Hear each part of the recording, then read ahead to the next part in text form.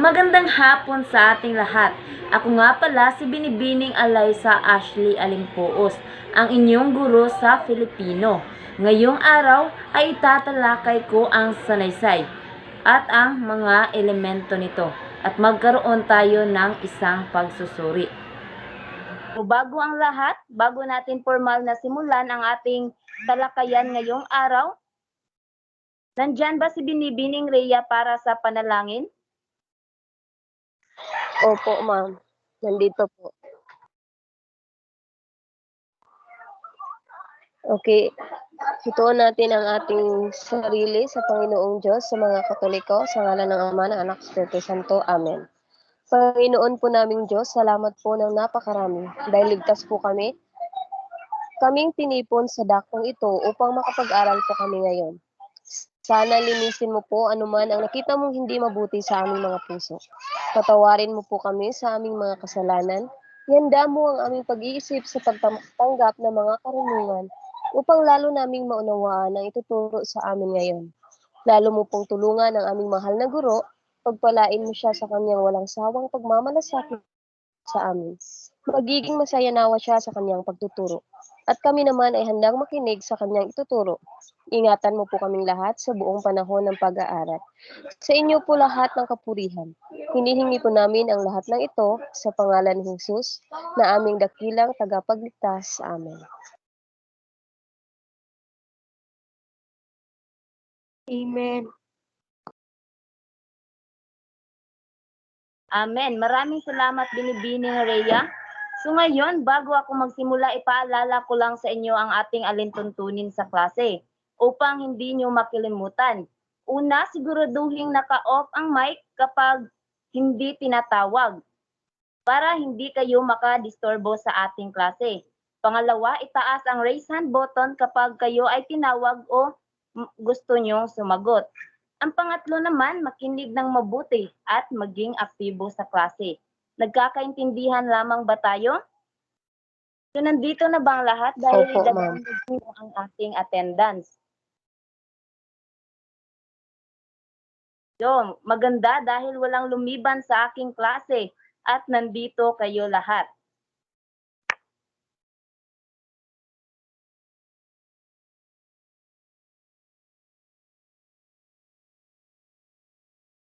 Next, Chang.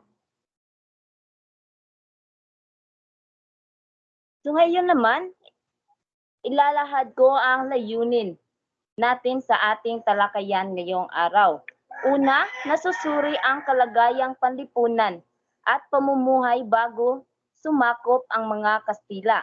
Ang pangalawa, mahihinuha ang elemento at uri ng sanaysay. Pangatlo, na ibabahagi ang sariling opinyon tungkol sa paksang ang dapat mabatid ng mga Tagalog. At ang panghuli, nakakabuo kayo ng sariling sanaysay na pumapaksa sa kasalukuyang isyu sa lipunan. So may inihanda akong dalawang larawan dito. So bibigyan ko kayo ng 2 minuto upang pagnilayan ang nasa larawan sapagkat may katanungan o may mga gabay na tanong ako na ibibigay pagkatapos.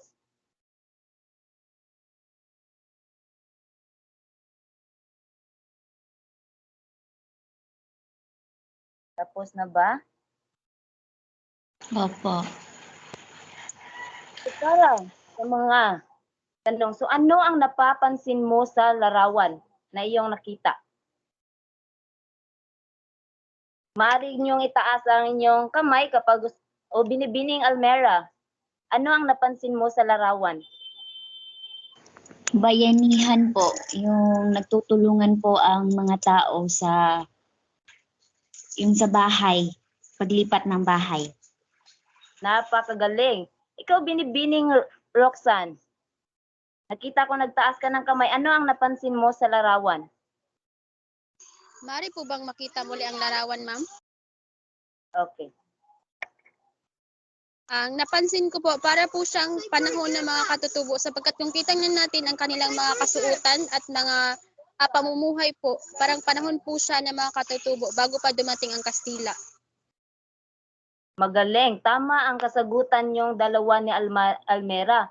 Tama no na makikita talaga natin ang bayanihan at kanilang pamumuhay sa panahon na iyon. So ano ang masasabi mo na masagana ba ang kanilang pamumuhay sa panahon na iyon? Sa iyong napansin, masagana ba? Opo. Opo, ma'am.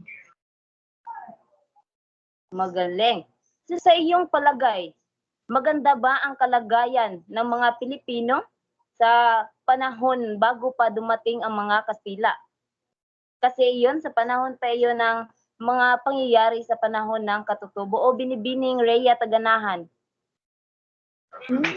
Para po sa akin, ma'am, oo, dahil makikita po na marami silang mga produkto na pinagtutulungan nila, siguro pinagtutulungan nila sa pangangalakal, at makikita rin natin ang mga hayop katulad ng manok na nasa larawan na nagpapakita na maganda ang buhay o sagana sa yaman noong panahon pa bago pa dumating ang mga Kastila na kung saan ito ay panahon ng Katutubo. So magaling, Rhea. So maganda ang iyong napansin sa larawan sapagkat makikita talaga natin sa panahon bago pa dumating ang mga Kastila na masagana talaga ang kanilang pamumuhay sa panahon na iyon. Sapagkat yung kalagayan nila noon is sa panahon ng mga Katutubo is maganda talaga. So dahil lang na dumating yung mga Kastila kaya nasira sila. Noon pa man may mga bayanihan na talaga na nangyayari. Kultura na natin iyan, nating mga Pilipino. So may mga inihanda akong mga matalinghagang salita. Sa nakikita nyo, gusto ko na hanapin nyo ang mga katumbas ng mga salita na mga matalinghagang salita na nakasalangguhit at nakasalangguhit na makikita nyo ito sa pangungusap. So gamitin ang mga katumbas na salita na makikita sa kahon at gamitin ito sa pangungusap. So sa una, maaari mo bang basahin Binibining Almera? Opo. Maraming oras ang iginugugol upang maisagawa ang proyekto na ito.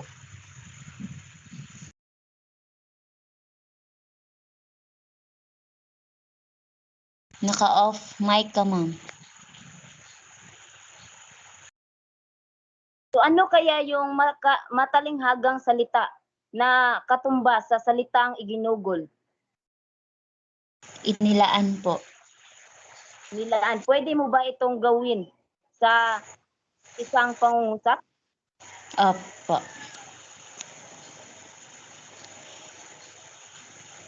Inilaan talaga ni Aling Rosa ang natirang pagkain para sa kanyang aso. Napakagaling, Binibining Almera. Sa ikalawa naman, sino ang gustong sumagot? Nandito Ako ba po, si... Okay, Binibining Roxanne. Maaari mo lang... Basahin mo Basahin ito. ko.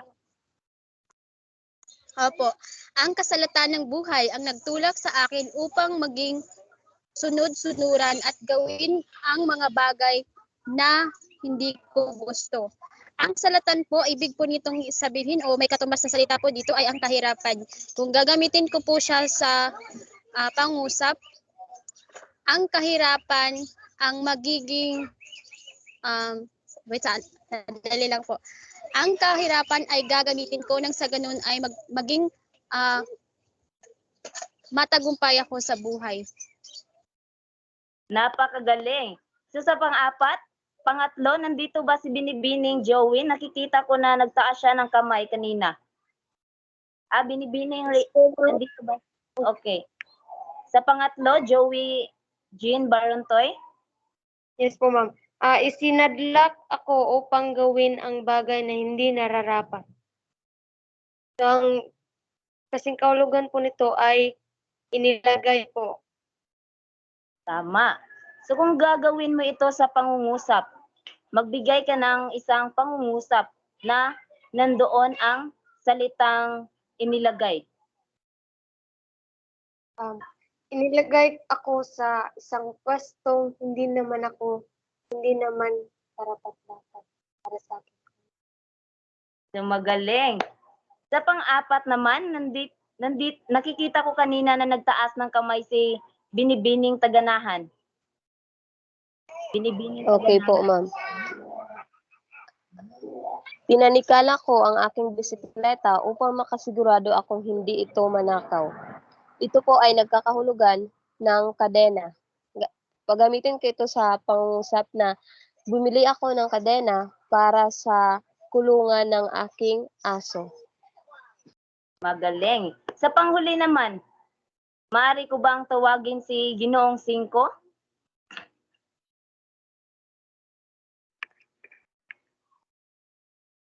Ginoong 5, nandito ba?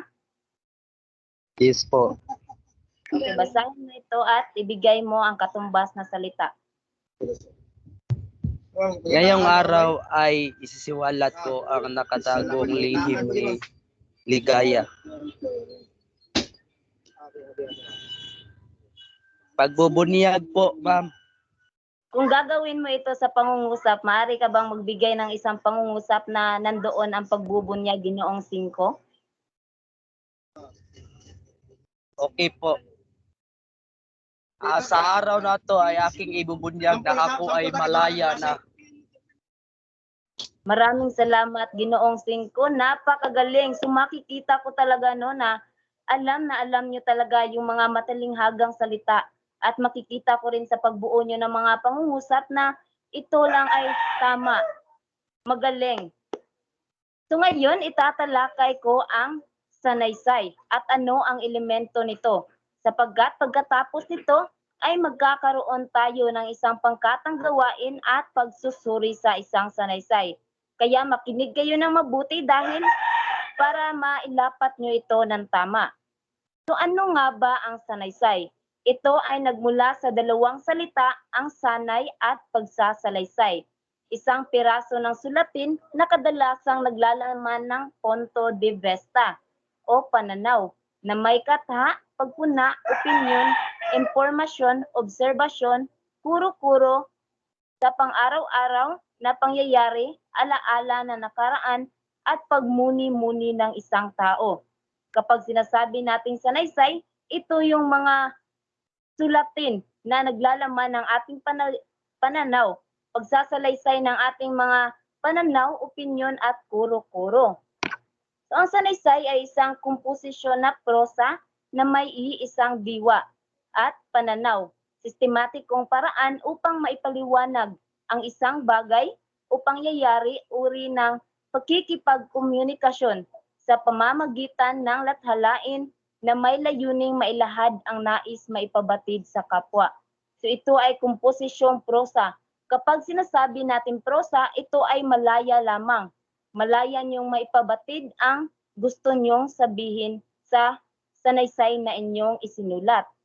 So may dalawang uri ang sanaysay. Ito ay formal at di-formal. Kapag sinasabi natin formal, ito ay tumatalakay sa mga seryosong paksa na nangangahulugan ng nangangailangan ng masusing pag-aaral at malalim na pagkaunawa sa paksa.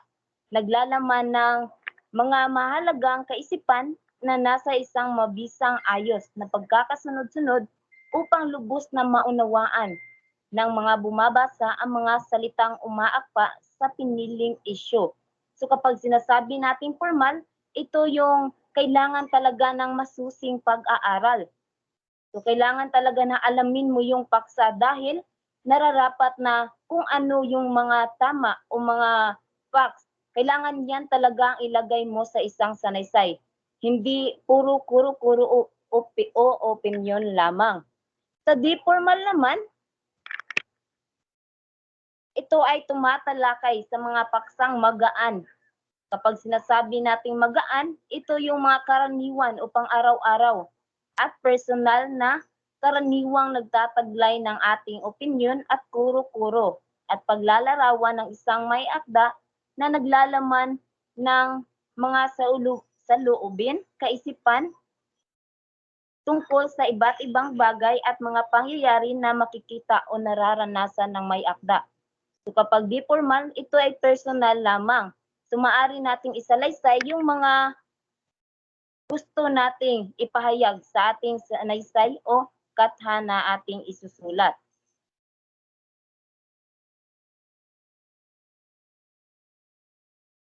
Ngayon naman, ito ang mga elemento ng sanaysay. Isa na rito ang tema at nilalaman. Anuman ang nilalaman ng isang sanaysay ay itinuturing na paksa dahil sa layunin sapagkat nakakasulat nito at kaisipang ibinabahagi. So napakalaga isa sa mga elemento ng sanaysay ang tema. Ito talaga dapat na pag-isipan talaga natin kung ano yung tema ng ating isusulat na sanaysay. Susunod naman ang anyo at istruktura. So dapat sa pagsulat ng sanaysay, maayos na pagkakasunod-sunod ng ideya o mga pangyayari upang lubos na maunawaan din ito ng mga mambabasa. Ang pangatlo, ang tema at kaisipan. Ito ay mga ideyang nababanggit kaugnay sa paglinaw.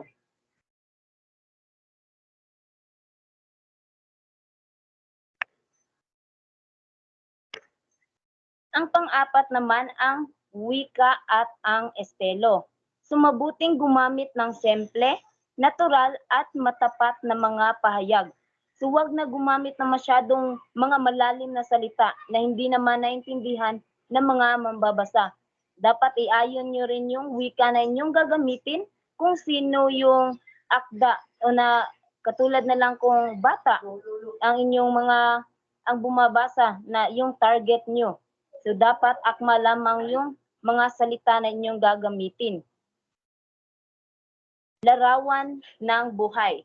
Nilalarawan ng buhay sa isang makatotohanang salaysay. Masining na paglalahad, gumagamit ng sariling himig ang may akda.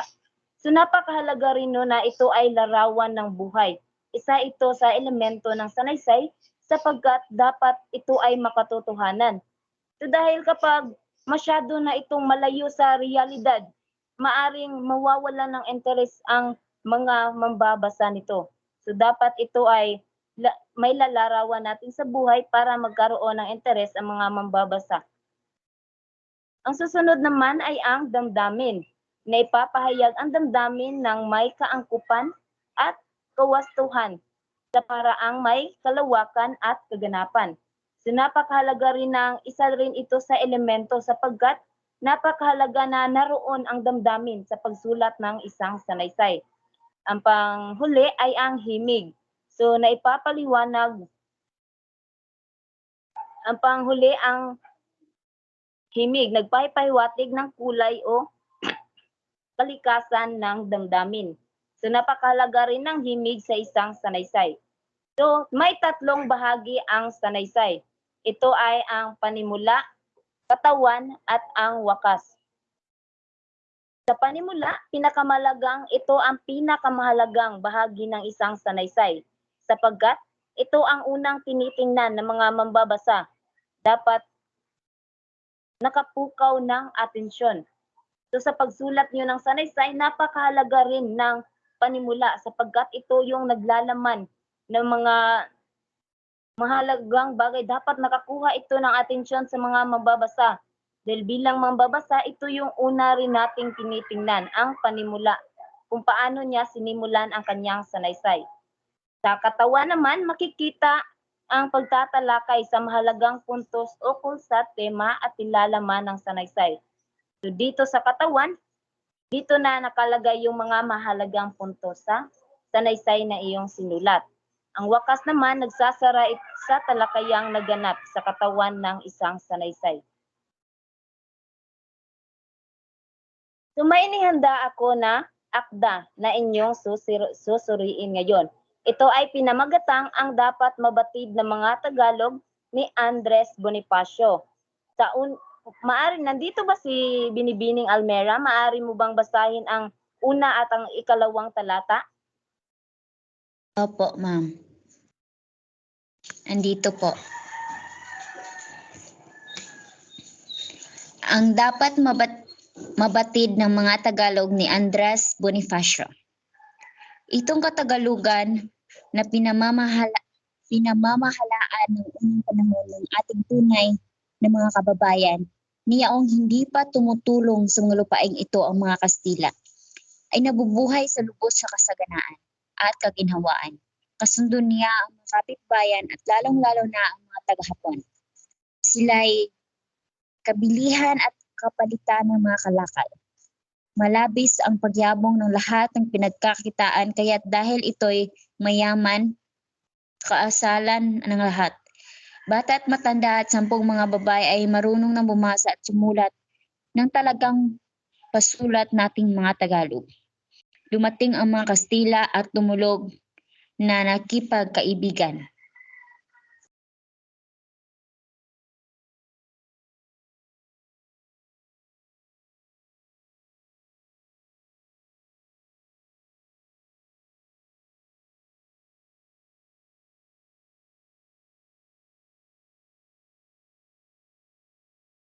Ang ikalawang talata rin binibini. Opo. Saan na yun? Ayan. Oops, bakit ang labo? Oh, my goodness. Ayan. Sa mabuti nilang hikayat na di umano, tayo'y aakayin sa lalong kagalingan at lalong imumulat ang ating isipan. Ang nasabing nagsisipamahala ay nangyaring na lumuyot sa tamis ng kanilang tila sa paghipo. Gayunman, sila ipinailalim sa talagang kaugaliang pinagkayarian sa pamamagitan ng isang panunumpa na kumuha ng kaunting dugo sa kanilang mga ugat. At yaoy inihalot ininom nila kapwa tandaan ng tunay at tubos na pagtatapat na di magtataksil sa pinangkayarian. Ito'y siyang tinatawag na Pacto de Sangre ng Haring si Katuna at ni Legazpi na pinakakatawanan ng hari ng Espanya.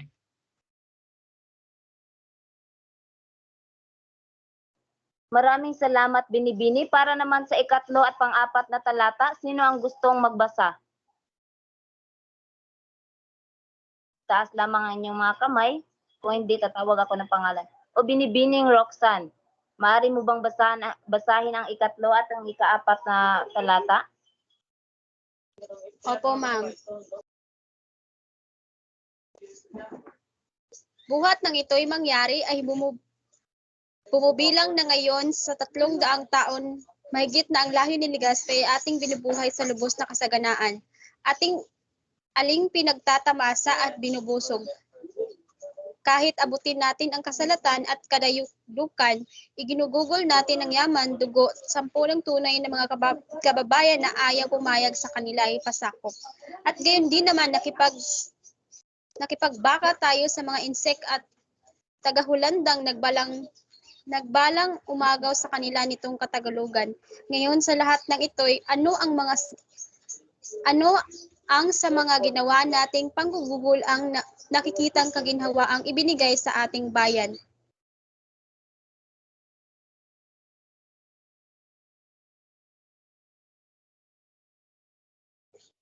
Ano ang nakikita nating pagtupad sa kanilang kapangakuan na siyang naging dahil ng ating panggugugol? Wala, kundi pawang kataksilan ang gantin sa ating mga pagpapala at mga pagtupad sa kanilang ipinangakong tayo'y lalong gigisingin sa kagalingan ay bagkos tayong binulag. Inihawa tayo sa kanilang hamak na asal. Pinilit na sinira ang mahal at magandang ugali. Wala na ko'y nakita. Wala po akong nakikita. Ugali ng ating bayan. Iminulat tayo sa isang maling pagsampalataya at isinadlak tayo lubak ng kasamaan, ng kapurihan ng ating bayan. At kung tayo'y mga has humingi ng kahit gabahit na lingap, ang nagiging kasagutan ay ang tayo itapon at tayo sa piling ng ating minamahal ng anak at matandang magulang. Ang bawat isang himutok na pumulas sa dibdib ay itinuturing na isang malaking pagkakasala at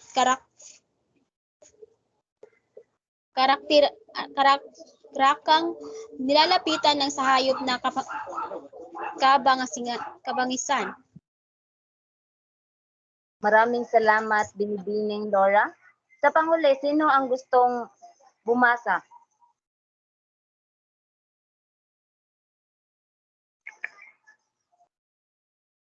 Kaning kaayon.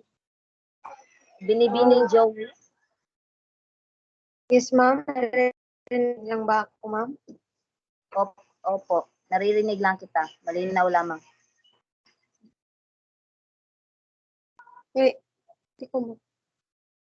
Ngayon, wala nang may tuturing na kapanatagan sa ating pamamayan.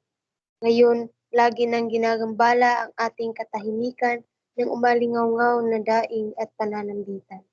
Puntong hininga at hinagpis ng makapal na ulila. Baot mga magulang ng mga kababayang ipinangagyaya ng mga manlulupig na Kastila. Ngayon tayo nalulunod na sa nagbabahang luha ng ina na nakitil na buhay ng anak. Sa pananangis ng sanggol na pinangulila ng kalupitan na ang bawat patak ay katulad ng isang kumukulong tingga na sumasalang sa mahapding sugat ng ating pusong nagdaramdam. Ngayon lalo tayong nabibiliran ng tanikalang nakalalait sa bawat lalaking may iniingatang kapurihan. Ano ang nararapat nating gawin? Ang araw ng katwiran na nabulagan, ang araw ng katwiran na sumisikat sa silanganan ay malinaw na itinuturo sa ating mga matang malaong na bulaga. Ang landas na dapat nating tunguhin, ang liwanag niya'y tanaw sa ating mga mata, ang kukong nag-angkma ng kamatayang alay sa atin ng mga ganid na asa. Itinuturo ng katwiran na wala tayong iba pang maantay kundi lalong kaalipinan.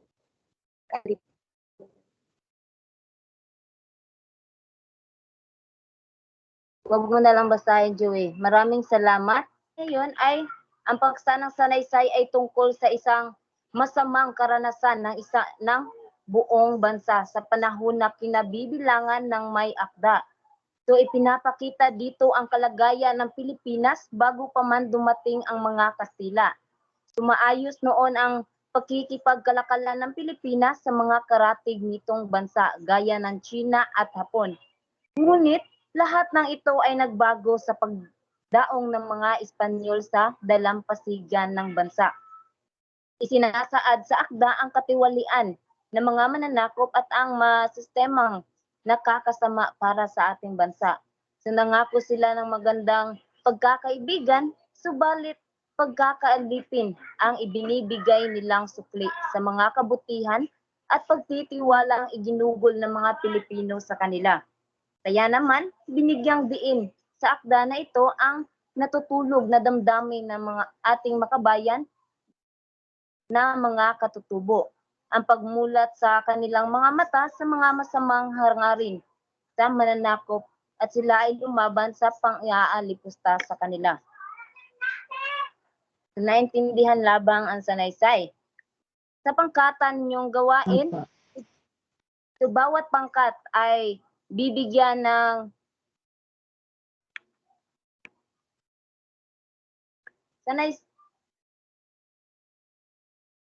na ang dapat mabatid ng mga Tagalog. So magkakaroon kayo ng brainstorming. So ang bawat pangkat upang mas maintindihan ang akda na ibinigay. So bibigyan ko kayo ng kopya isa-isa. So, bibigyan ko lamang kayo ng 5 minuto upang mas magbabahagi kayo sa buong grupo nyo. So may grupo na noong nakaraan na klase natin. Yung unang pangkat si Binibining Roxanne, sa ikalawang pangkat Binibining Almera, at sa pangatlong pangkat sila Rhea Taganahan. So tapos na ba? Bibigyan ko lamang kayo ng 5 minuto para makapag-usap-usap. Next round.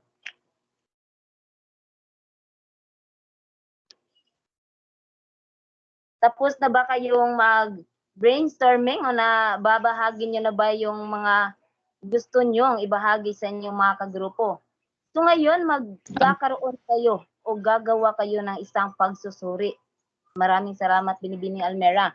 So sa panuto, susuriin ang sanaysay na pinamagatang ang dapat mabatid ng mga Tagalog ni Andres Bonifacio, yung binasa natin kanina. At gamitin ang sequence chart sa pagsusuri gamit ang format na ibinigay.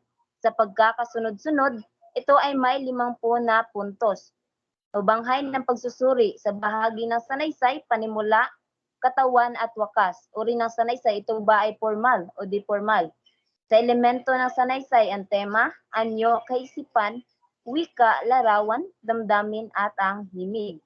So, bibigyan ko lamang kayo ng 10 minuto upang matapos ito at ipasa. So ito yung halimbawa ng isang sequence chart. So dyan nyo ilalagay ang inyong kasagutan.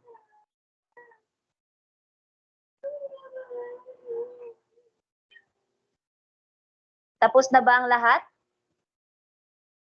Opo. Tapos na po, ma'am. Napasa na po. Pasa nyo na ito. Ngayon, magkakaroon kayo ng isang pangkatang gawain. Kanina, nag-brainstorming kayo. So, yun lamang yung pangkat ninyo. So, yung tatluhan. At pag-usapan kung ano ang dapat mabatid ng mga Tagalog.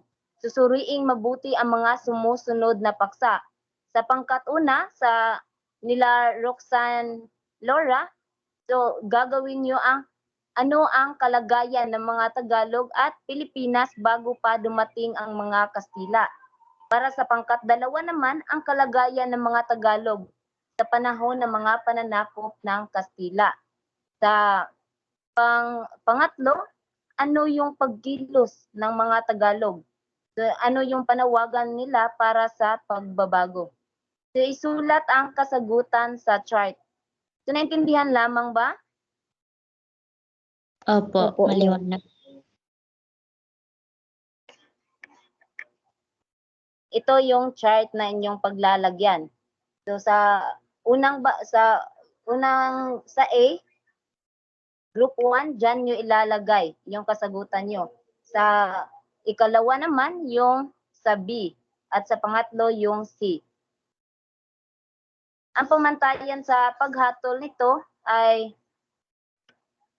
nilalaman 20%, kaangkupan ng kasagutan 10%, pagpresenta. So makikita dito yung lakas ng boses sa pagpresenta 10% at organisasyon. Inyong kasagutan 10%, kabuuan 50%. So bibigyan ko lamang kayo ng 10 minuto upang sagutan at ipresenta ito sa harapan.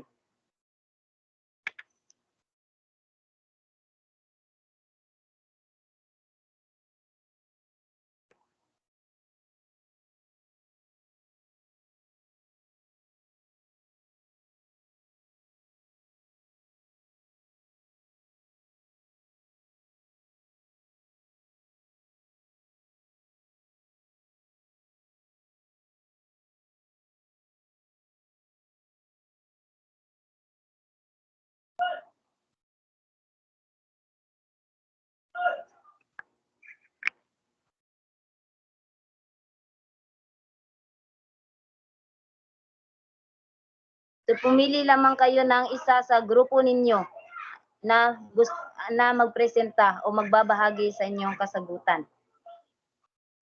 Tapos na ba kayo? Opo, ma'am. Opo, ma'am. Ang dali, so magaling. So para sa unang pangkat, sino ang magbabahagi ng inyong kasagutan? Ako po, ma'am, si Binibining Roxanne Laura. Okay, Binibining Roxanne Laura.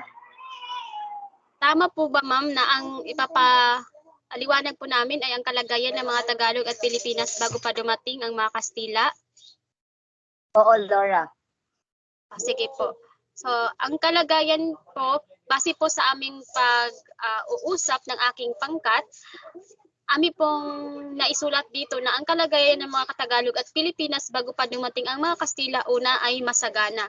Sapagkat hindi ba kung kagaya ng nakita natin kanina sa mga larawan na pinakita ni ma'am, makita talaga natin doon na sagana sa pamumuhay ang ating mga Pilipino sapagkat namumuhay ang mga Pilipino gamit lang sa pamamagitan lamang ng kalikasan, sapagat doon ay masagana ang ating lipunan. Ikalawa ay puno ng kaginhawaan. Ikatlo ay maraming bansa ang nakikipagkaibigan sa atin sapagkat di ba nababalitaan natin o nabasa natin na merong tinatawag na barter sa panahon ng katutubo. Ibig sabihin ng pagbabartiran ay nagpapalitan sila ng mga gaya ng gamit, pagkain at iba pa. So talagang maraming mga kaibigan na ibang bansa ang ating mga katutubo. At panghuli ay maayos ang pakipagkalakala ng Pilipinas sa karatig na bansa gaya ng Hapon at China. So yun po yung mga alam namin po na kalagayan ng ating bansa sa panahon bago pa dumating ang Kastila. Napakagaling Group 1 sapagkat nabibigyan nyo talaga o makikita ko talaga na naintindihan nyo yung binasa natin kanina. Maraming salamat, magaling. Para naman sa ikalawang pangkat, sino ang gustong magbahagi sa inyo? Ako po. Hello? Maaari ka na Maririnig magbahagi. niyo ba ako, ma'am? Malinaw lamang, Binibini. Okay. Para po sa pangalawang pangkat, ang iniatas po sa amin ay ang kalagayan ng mga Tagalog sa panahon ng pananakop ng mga Kastila. Ang una po naming naitala dito ay ang Naloco dahil alam naman natin bago pa naman dumating ang mga Kastila ay talagang masagana. Gaya nga sinabi ni Roxanne kanina, so natiwasay pa yung pamumuhay ng mga Pilipino. Pangalawa po, nasadlak sa kahirapan ang bansa. Dahil nga alam natin ang mga Kastila, sila yung mga tao na mas lalong inaapi pa ang mga Pilipino, mas lalong pinahirapan. Pangatlo, pinapahirapan ng mga Pilipino sa kamay ng mga Kastila. Pang-apat, pinangakuan ng mabuting pagkakaibigan na nauwi sa pagtataksil. Panglima, pangalipin sa mga Pilipino. So, nang dumating ang mga Kastila sa ating bansa, wala talagang ibang ginawa kundi ang pahirapan ang mga Pilipino. At meron namang may naibigay naman silang mabuti, pero karamihan ay mga paghihirap. Yun po. Maraming salamat sa ikalawang pangkat. Tama ang inyong mga kasagutan, no? Makikita talaga natin na grabe yung mga pangyayari na naganap sa pagsakop ng Kastila dito sa ating bansa. So magaling. Para naman sa ikatlong pangkat, Binibining Taganahan, maaari mo bang ibahagi ang inyong Opo, ma'am. Magsimula Okay ka po. na. Ang amin pong paksa ay tungkol sa pagkilos ng mga Tagalog na panawagan para sa pagbabago. Una, gumising sila at lumaban sa kalupitan ng mga Kastila. Dito rin na sa panahong ito namulat na ang mga Pilipino na kailangan na nilang lumaban sa pag-aalipusta ng mga Kastila. Sa pamamagitan ng akda, ang mga Pilipino ay ginising sa masamang hangarin ng mga mananakop.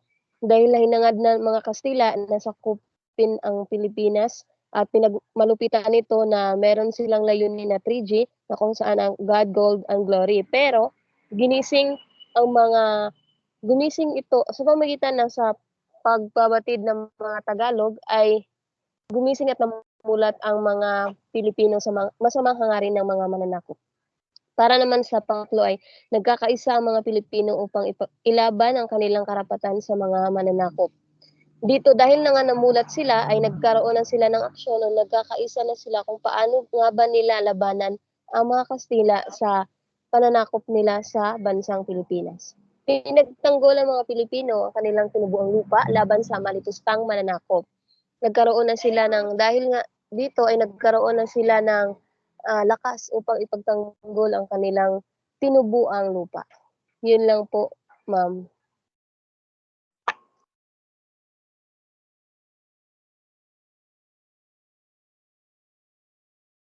Nakamute ka po, ma'am. Napakagaling. So bawat isa sa inyo ay nakapagbibigay talaga ng mga magagandang mga kasagutan. Ito ay may laman talaga. So makikita ko talaga na binasa nyo o naintindihan nyo talaga yung paksa na inyong paksa na akda na aking ipinapabasa kanina. So isinasabuhay nyo talaga, ngayon nakakalapat o nakapagbibigay talaga kayo ng mga magagandang kasagutan. So maraming salamat. So bawat isa sa inyo ay may 50 puntos. So magaling. Ngayon naman, dahil may oras pa tayo, magkakaroon tayo ng isang pagsusulit. So kung napansin nyo, may link na isinend ako sa trend. Nakita nyo ba? Opo, ma'am. Opo. Tama. So yun ang link para sa inyong pagsusulit. Pagkatapos ng klase natin, sasagutan nyo ito. So may oras lamang may oras lamang kayo sa inyong pagsagot. So binibigyan lamang kayo ng 10 minuto para sagutan iyon.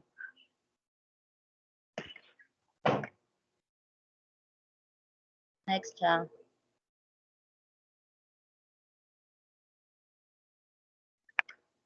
So sa paglalahad. So iiwan ko lang ang katagang ito. Huwag basta-basta maniniwala. Kilalanin mo ang isang tao bago mo ito pagkakatiwalaan. At huwag mong iaasa ang pag-unlad dahil tanging ikaw lang ang nakakagawa nito sa iyong sarili. So base sa kasabihan na aking sinabi, ikaw ba ay sumang-ayon o hindi? At bakit? Itaas lamang ang kamay sa gustong sumugot. Opo, sumang-ayon po ako. Bakit binibini? Dahil hindi lahat po ng tao totoo, meron pong iba ay mapagkunwari. So katulad na lamang ng aking kapitbahay dito na pinangakuan siya na mayroon ng trabaho sa Japan na isang production worker, pero pagdating niya doon hindi production worker ang kanyang pinasukan. So nandyan siya sa isang club. So kailangan kilatisin mo muna yung tao bago mo siya pagkatiwalaan at bago ka magdesisyon. Yun po.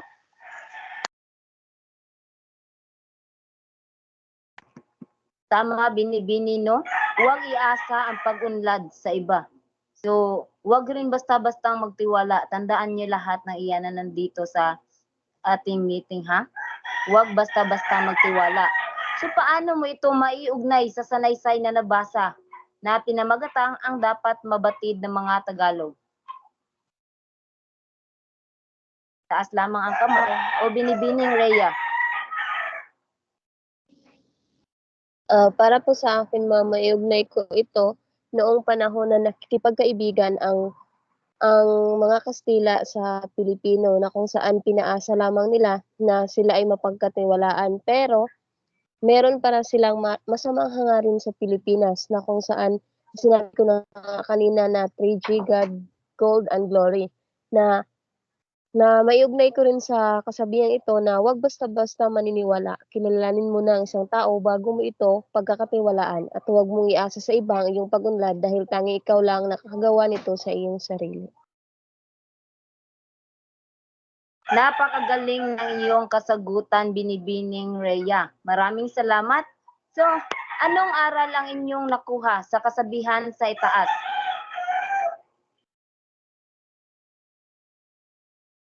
May aral ba kayong nakuha sa kasabihan na aking binasa kanina?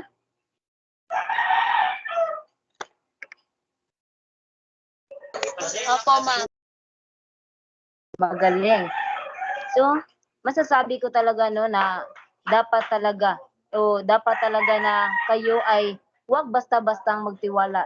Lagi niyo yang itatak sa inyong mga puso at isipan. So ngayon, para sa inyong takdang aralin, so kayo ay bumuo ng isang orihinal na sanaysay na pumapaksa sa kasulukuyang isyu sa lipunan. Ito ay dapat nagtataglay ng 3 bahagi ng pagsulat ng salaysay, simula, gitna at wakas. Ipapasa ito sa susunod na pagkikita. Ang pamantayan sa paghatol nito, orihinalidad, 10%, malikhain, 10% pumapak sa kasalukuyang isyu, 15 puntos. So, angkop ang salitang ginamit, 10% at kalinisan, 5%. So, kabuuan nito ay 50%. So, maraming salamat. Tapos na ang ating talakayan ngayong araw. Maraming salamat sa pakikinig. Sana marami kayong aral na natutuhan sa ating talakayan. Maraming salamat sa partisipasyon sa lahat sa inyo. So, makikita ko talaga na aktibo kayo ngayong araw. Maraming salamat. Paalam. Paalam po. Thank you. Paalam po, ma'am. Maraming salamat.